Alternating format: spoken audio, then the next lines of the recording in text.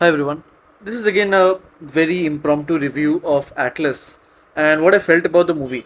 I'm not going to talk about the plot and other things, that is all easily available. The movie just did not work for me. And I think this was good that it was largely restricted to Netflix.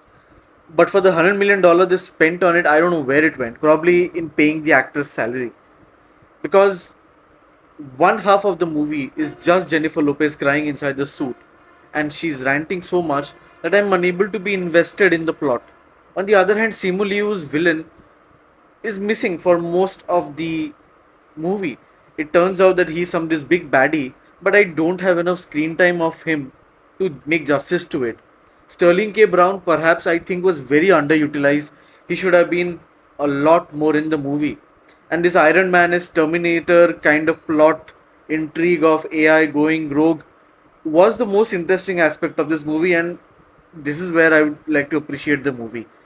AI becoming a threat and completely eliminating people in a certain manner was a little refreshing to me, though there are elements of the story that are borrowed from Terminator.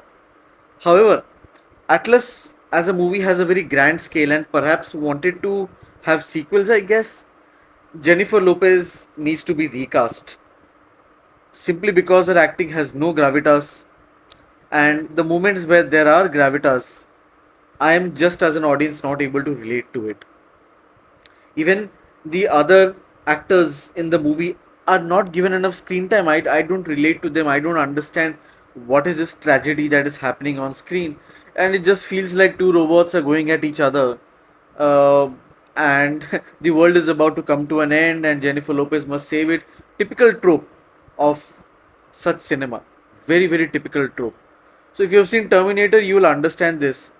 And secondly, the movie is a bit too long. Should be under 2 hours, 1 hour 45 at max.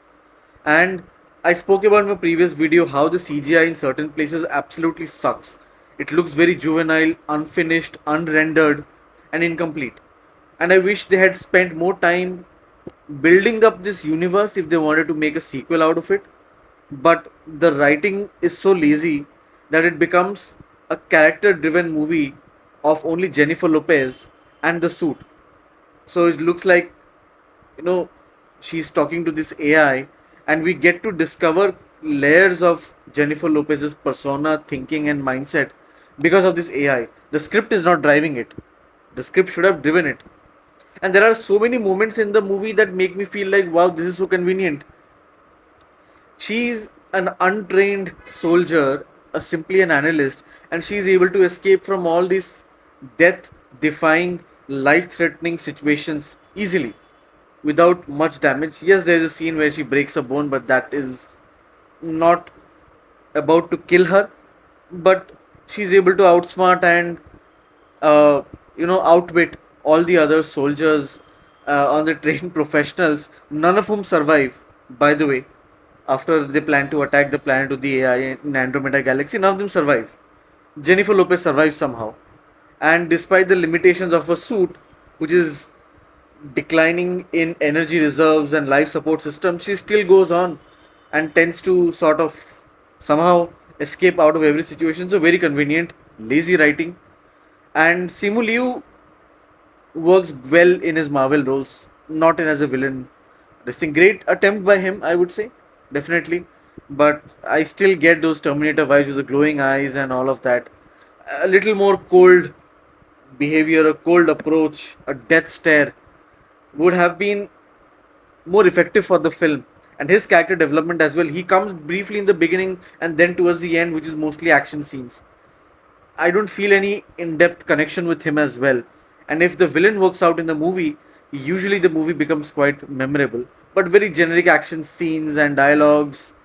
If you've seen Megan, uh, you will draw also parallels to it. So this movie is an amalgamation of multiple plots and storylines of recent times, including, of course, the iconic Terminator. What do you guys thought about this movie? Let me know if you have some similar sentiments to echo. If I were to rate it, I would give it about 2.5 or even 2 out of 5.